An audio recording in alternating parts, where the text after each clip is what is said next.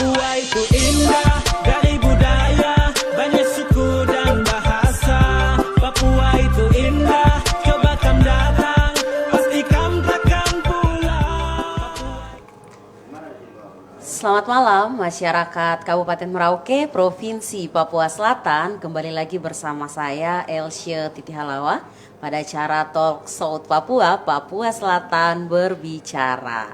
Di malam hari ini saya sudah bersama-sama dengan salah satu tokoh pemuda Merauke yang tentunya sudah tidak asing lagi dan dikenal oleh seluruh masyarakat Kabupaten Merauke. Kita sudah bersama-sama dengan Bapak Hendrikus Mahuse. Selamat malam Bapak, apa kabar? Selamat malam, kabar baik. Puji Tuhan, alhamdulillah ya. Sudah sekian lama akhirnya info kejadian bisa berbincang santai lagi dengan Bapak Hendrik. Bapak boleh menyapa masyarakat Kabupaten Merauke yang ada dari Kondo sampai ujung Digul. Ya, selamat malam untuk masyarakat yang ada di 179 kampung, 22 distrik, dan 11 kelurahan.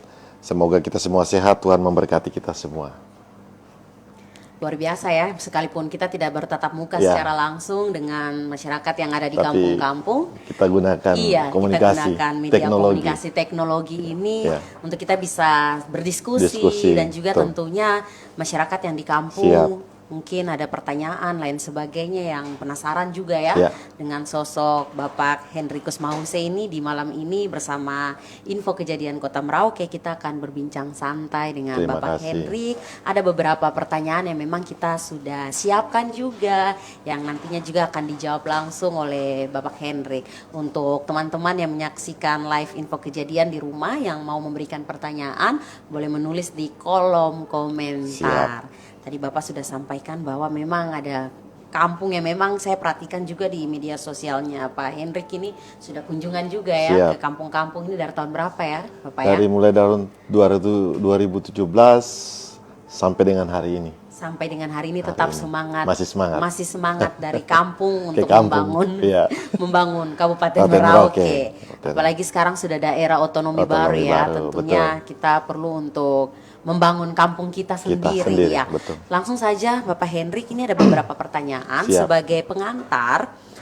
Yang pertama ini terkait, ini kan saya perhatikan juga di media sosial, bahkan ketemu dengan teman-teman, banyak sekali yang penasaran dengan sosok Bapak Hendrik. Padahal sebenarnya kalau anak-anak aktivis yang ada di Kabupaten Merauke, Asmat, Bovendigul maupun MAPI, ini sudah mengenal Bapak Hendrik pastinya. Karena perlu diketahui oleh pemirsa sekalian bahwa Bapak Hendrikus Mahuse ini sekalipun ada di dunia politik, pernah juga ada di birokrasi, beliau juga nih aktivis yang memang sudah bergerak dari masih kuliah ya, dari masih sekolah, kuliah, bahkan sampai sudah kerja pun jiwanya nih masih ada untuk aktivis untuk pemuda, organisasi. Beliau ini merupakan pernah menjabat sebagai ketua KNPI Kabupaten Merauke. Di tahun berapa itu ya Bapak? 2015 sampai dengan 2017. 2015 sampai dengan 2017. Dan memang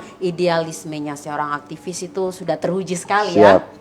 Oke, yang pertama Bapak Hendrik berkaitan dengan asal usul dulu Bapak. Karena memang saya mengikuti juga berbagai pertanyaan berkaitan dengan Bapak Hendrikus Mahuse ini sebenarnya asal kampung atau dusunnya ini dari mana Bapak? Karena memang ada pepatah yang mengatakan bahwa tak kenal maka tak sayang. Bisa jadi juga ini keluarganya Bapak sendiri yang bertanya, mungkin karena terlalu banyak ya, sudah ada kawin campur, kemudian juga saudara-saudara. Itu sudah yang membuat banyak juga yang bertanya Bapak. Mungkin sebagai pengantar Bapak bisa menjelaskan kepada kita semua yang menyaksikan malam hari ini. Baik, terima kasih adik LC.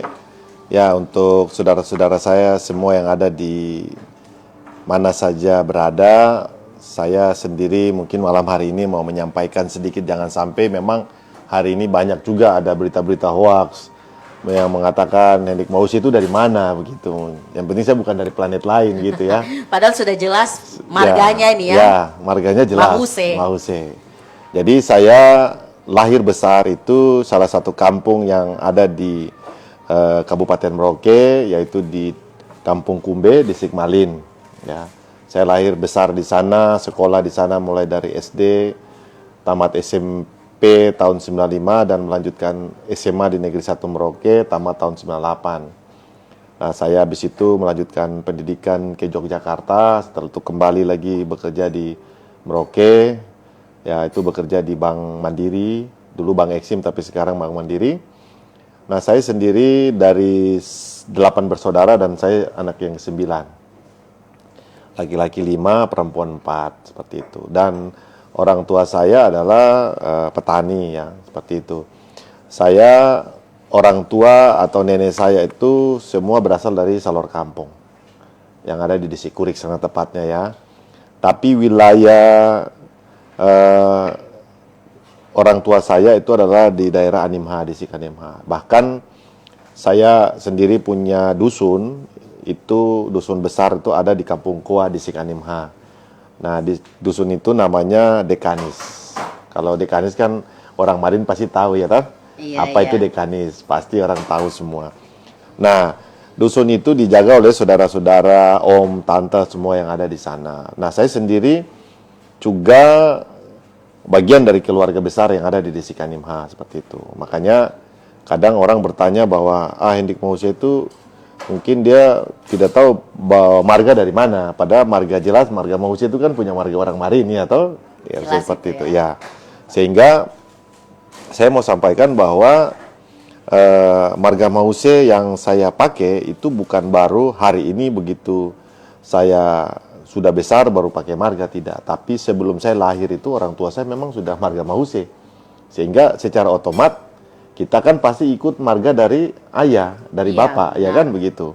Bukan kita ikut marga dari mama, seperti itu. Sehingga ini yang perlu saya mau sampaikan kepada masyarakat yang ada di Merauke bahwa saya tidak pernah membeli marga. Karena marga saya memang sudah dari sana, katanya orang Merauke seperti itu. Begitu, Adi Elsie. Memang sudah turun-temurun, dan memang keluarga juga yang di kampung pasti ketika mendengar berita-berita hoax seperti itu pasti tertawa juga, dan tentu marah, karena memang anak asli. Betul. Ini benar. Dan bagaimana cara Bapak Hendrik untuk menyikapi berita-berita hoax? Dan kita kan mau lihat nih, dan saya perhatikan ini tenang-tenang, ya. Saya belum pernah melihat status atau apa yang memang Bapak Hendrik ketika mendengar berita hoax seperti begitu lalu marah-marah. Apa sih yang memang memotivasi atau mendorong Bapak juga untuk tetap tenang menanggapi isu-isu hoax ini, Bapak? Ya, sepanjang berita-berita itu tidak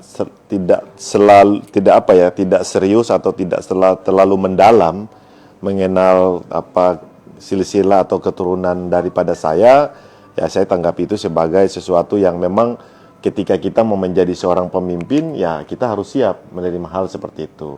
Yang penting satu bagi saya, ya kalaupun ada komentar yang memang dianggap itu tidak terlalu menyentuh kepada kehidupan pribadi saya atau keluarga saya pikir itu hal yang biasa. Tapi kalau hal-hal yang mungkin terlalu masuk sampai ke ranah pribadi mendalam, ya saya kira saya juga sebagai manusia pasti akan menempuh jalur-jalur hukum yang ada. Dan saya juga ya punya keluarga besar di Merauke sini seperti itu. Tetapi hari ini bagi saya, ketika saya mau menjadi seorang pemimpin di tanah ini, saya kira kita sudah siap untuk menerima kritik, masukan, dan segala macam seperti itu. Yang penting itu yang untuk baik dan untuk membangun, seperti itu. Iya, dan tentu ilmu tenang ini juga penting untuk kita semua, ya. Dan kiranya juga yang menyaksikan, kita juga ini edukasi yang baik. Saya kira itu kita belajar dari organisasi. Ya, toh? Kita mau jadi apapun, ya paling tidak kita harus belajar berorganisasi. Bagaimana organisasi itu menempa kita untuk bagaimana kita bisa memilah atau bisa melihat kira-kira situasi seperti apa yang harus kita ambil langkah ini. Nah, saya juga belajar dari organisasi sehingga ya saya seperti ini. Begitu. Bisa mengelola, ya? Ya, bisa mengelola dengan baik. Baik. Karena tadi Bapak Hendrik juga sudah sampaikan berkaitan dengan hoaks dan sebagainya, dan juga bagaimana bisa tenang menanggapi situasi maupun kritik. Betul. Apalagi untuk menuju pemimpin 01 di Kabupaten Merauke ini memang kritik, saran apapun itu juga harus siap untuk menerimanya. Betul. Oke. Nah, ini karena sudah berbicara juga terkait dengan langkah-langkah selanjutnya ke depan, saya juga penasaran ini Bapak Hendrik berkaitan dengan visi dasar dari Bapak Hendrik juga bersama-sama dengan pasangan calon wakil bupati mari untuk membangun Merauke. Visi dasarnya ini apa nih Bapak? Jadi gini, mungkin saya jelaskan dulu karena tahun 2017 yang lalu saya itu sudah terlibat di politik, dan tahun 2020 saya kira masyarakat Merauke tahu sendiri bahwa Hendrik Mause pernah maju sebagai calon bupati Merauke, dan ketika saya maju sebagai calon bupati Merauke tentunya ada visi yang besar yang kita mau siapkan untuk bagaimana kita membangun Merauke ini. Nah, sehingga tahun 2020 dengan visi misi saya yang ada, itu saya coba kembali untuk mereview kembali apa sih yang menjadi dari masyarakat yang ada di Merauke. Bagi saya dan pasangan saya hari ini, kami mau membangun Merauke ini bukan berdasarkan keinginan. Jadi program yang kita buat itu bukan berdasarkan keinginan, tapi kebutuhan masyarakat yang kita butuhkan. Nah, saya dari tahun 2017 sampai dengan hari ini, saya berada di lapangan dan saya menyerap banyak aspirasi yang disampaikan oleh masyarakat, dan itulah yang menjadi acuan buat saya untuk bagaimana kita membuat satu program, kegiatan yang betul-betul memang dibutuhkan masyarakat. Dan itu bisa kita lakukan atau kita eksekusi ketika masyarakat memberikan mandat itu kepada pasangan mari untuk ke depan, seperti itu. Dan memang ini saya melihat juga komitmen konsisten juga, apalagi tadi Bapak Hendrik juga sudah sampaikan bahwa di pemilihan sebelumnya pernah mengikuti juga, dan saya perhatikan juga memang Bapak tetap komitmen dan konsisten bersama-sama dengan masyarakat ini. Nah, salah satu visi dasar yang ataupun misi ke depan yang menurut Bapak Hendrik sendiri dan juga Bapak Ridwan yang menurut Bapak itu memang merupakan kebutuhan dari masyarakat Merauke ini apa Bapak? Jadi visi saya dan calon wakil bupati saya adalah Merauke maju, sejahtera, berbasis potensi lokal. Kenapa kita mengangkat visi seperti ini? Karena kita mau bahwa kita lebih mengutamakan dulu potensi-potensi lokal yang ada ini, kita manfaatkan dengan baik. Karena potensi Merauke hari ini sungguh luar biasa. Bagaimana kita mau mencapai masyarakat yang maju, masyarakat sejahtera, kalau kita tidak mengoptimalkan potensi-potensi kita yang ada nih. Kita tidak usah berpikir yang terlalu jauh, gitu. Kita mau bersaing dengan saudara-saudara kita di Jawa, kalau kita sendiri tidak bisa menghargai potensi kita yang ada, kita menggali potensi kita yang ada untuk bagaimana kita membangun daerah ini, saya kira itu agak sulit. Nah, sehingga saya dengan Pak Haji Ridwan, yang kebetulan beliau ini masih wakil bupati aktif hari ini, kami coba untuk bagaimana mensinkronkan semua program kegiatan, sehingga kami berpikir bahwa yang menjadi dasar atau pelayanan dasar yang paling utama untuk Kabupaten Merauke, bagaimana kita membenahi dulu pertama adalah terkait dengan pendidikan. Pendidikan dan kesehatan itu sangat penting bagi kita orang Papua, khususnya yang ada di Kabupaten Merauke ya. Kita tidak bicara tentang MAPI, Asmat, Bovendigul, tapi kita lebih implisit adalah kepada Kabupaten Merauke, karena kita mau jadi pemimpin di Kabupaten Merauke ya, seperti itu. Sehingga kita lihat ini yang perlu bagaimana ke depan supaya sumber daya manusia ini kita siapkan. Karena pertama, hari ini kita sudah punya Provinsi Papua Selatan. Siapa yang akan mengisi Provinsi Papua Selatan besar itu? Kalau bukan kita, anak-anak muda sekarang. Seperti itu, baik Bovendigul, MAPI, dan Asmat, dan Merauke. Nah, kita mau mengisi dengan cara apa? Ya, dengan cara sumber daya manusia yang harus kita siapkan. Dari sisi mana? Kita semua siapkan dari sisi bagaimana ke depan ketika dia sudah pulang, dia harus punya pekerjaan yang tetap, dia bisa mendapatkan pekerjaan.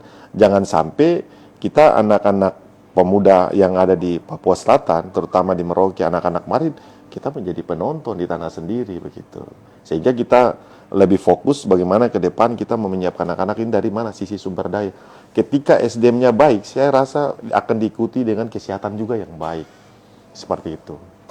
Dengan apalagi sekarang sudah Provinsi Papua Ya, Selatan ya, betul. dengan kekayaan alam yang ada, Ya, kemudian juga betul. kita mengikuti bahwa saat ini juga sudah ada seleksi dan lain sebagainya, Ya. dan ada sebagian juga anak-anak asli kita nih yang memang bermasalah ataupun tidak memiliki Betul. ijazah, dan ini di usia-usia produktif. Produktif yang ada. Dan tadi saya dengar juga dari Bapak Hendrik bahwa pendidikan dan kesehatan ini menjadi poin Betul. penting yang nanti akan diperjuangkan Ya. bersama dengan Mari ya. Dan Betul. kita berharap dan doakan semoga Betul. apa yang direncanakan ini dapat berjalan dengan baik, Ya, Bapak ya. karena Dan kalau bagi saya pendidikan, kalau pendidikannya baik, kesehatannya baik, tentunya pasti ekonomi juga pasti akan baik, ya kan? Ekonomi baik, ekonomi masyarakat, ekonomi keluarga, itu pasti dengan sendirinya. Ketika dia bisa dapat pekerjaan, dia bisa punya uang, dia bisa berarti mengatur ekonominya di dalam keluarga. Saya kira ini kita ke depan harus seperti itu. kemudian dengan adanya mengembangkan potensi lokal. Potensi lokal. Ini betul. visi yang luar biasa menurut saya, karena apalagi kita punya saudara-saudara di kampung kan saat Betul. ini, ketika dari luar masuk agak susah memang untuk Mau bersaing. mau bersaing. Kemudian Betul. memang kalau potensi lokalnya sudah ada, bagaimana dengan SDM-nya ini? SDM-nya, betul. Nah, kemudian Bapak, saya juga penasaran nih Bapak, sebenarnya ketika kita turun dari bandara Iya. ataupun dari pelabuhan, kita jalan di sepanjang Jalan Raya Mandala ini, kita melihat generasi emas kita nih Bapak, Iya.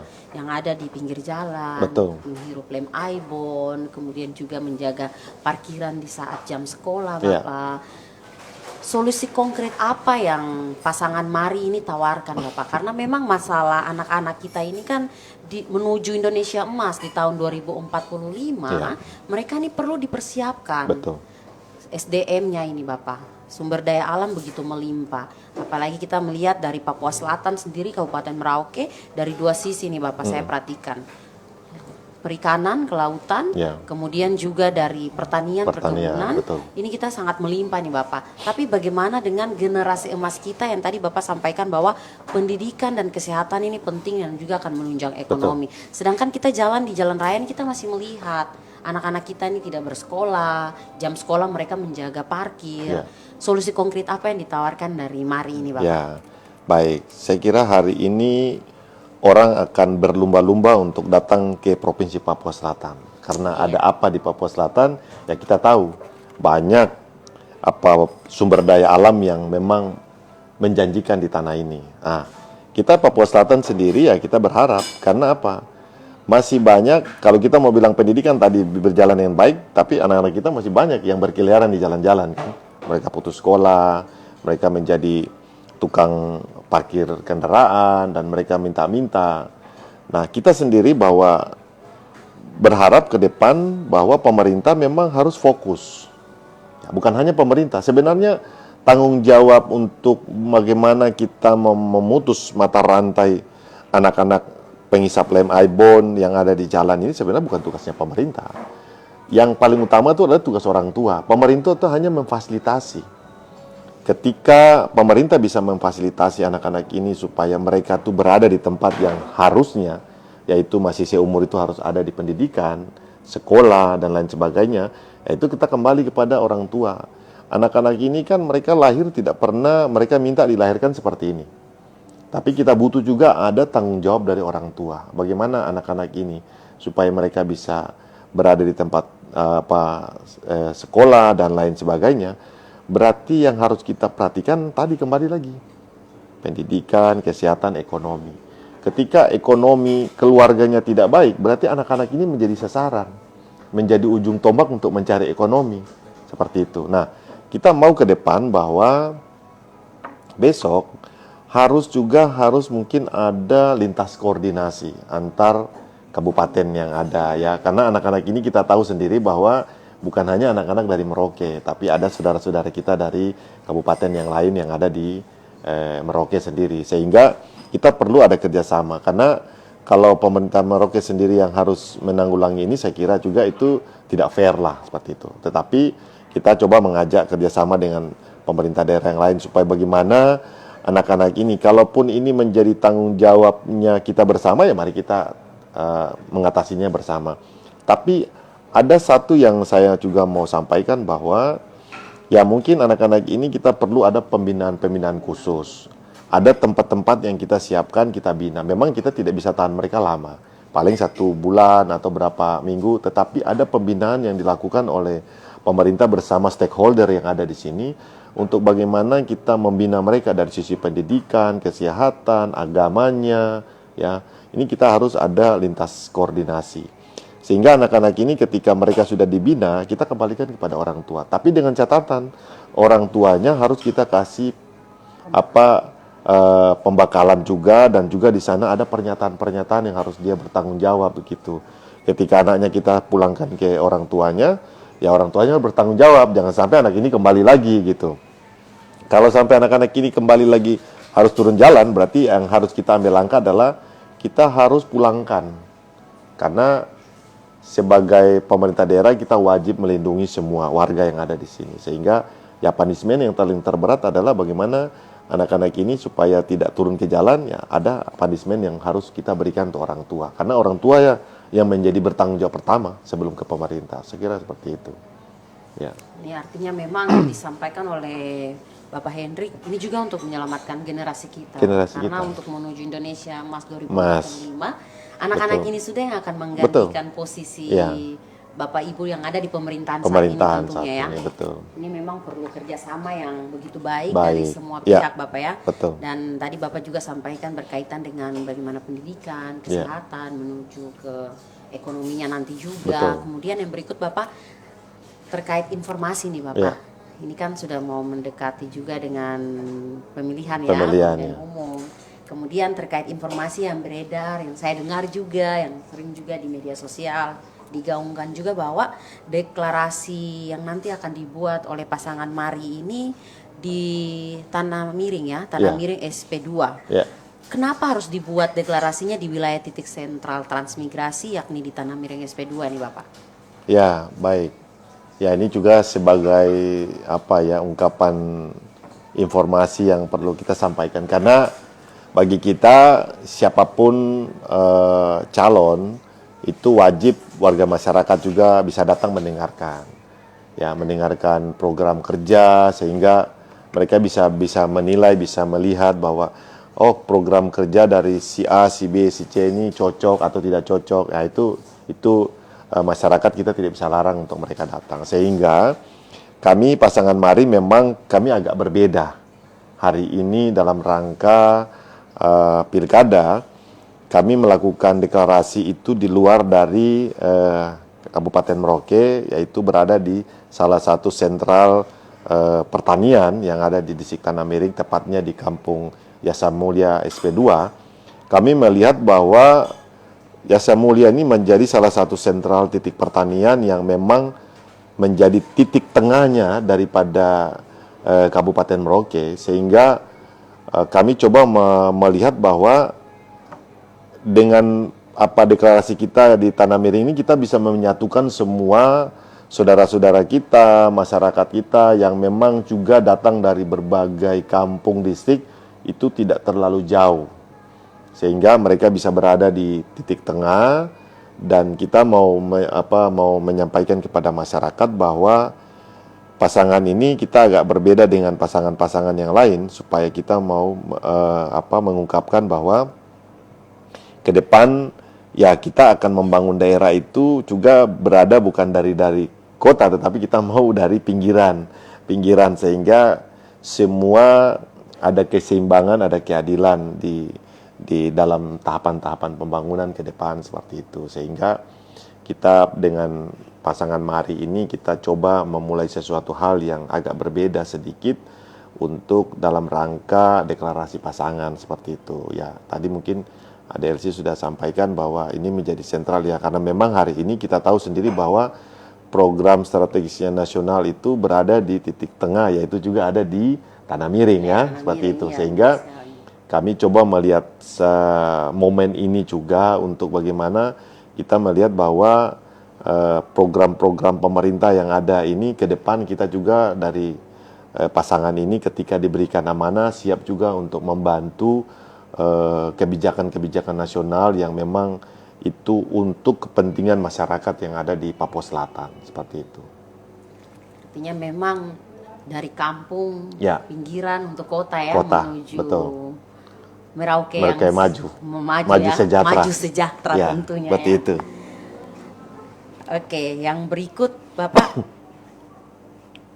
visi tadi kita sudah dengar juga, Ya. memang itu sudah sangat jelas sudah disampaikan oleh Bapak, kemudian juga bagaimana menanggapi berita-berita hoaks yang ada di masyarakat saat Ya. ini dengan ketenangan yang juga ditunjukkan oleh Bapak Hendrikus Mause, kemudian juga dengan deklarasi nantinya ya, deklarasi yang nantinya memang dibuat di wilayah sentral yang Ya. tadi kita sudah dengar juga bahwa Merauke ini sebagai lumbung pangan nasional, Nasional, kemudian betul. juga sudah ada solusi ataupun langkah-langkah yang nanti secara teknis ketika masyarakat memberikan kepercayaan kepada Betul. Bapak.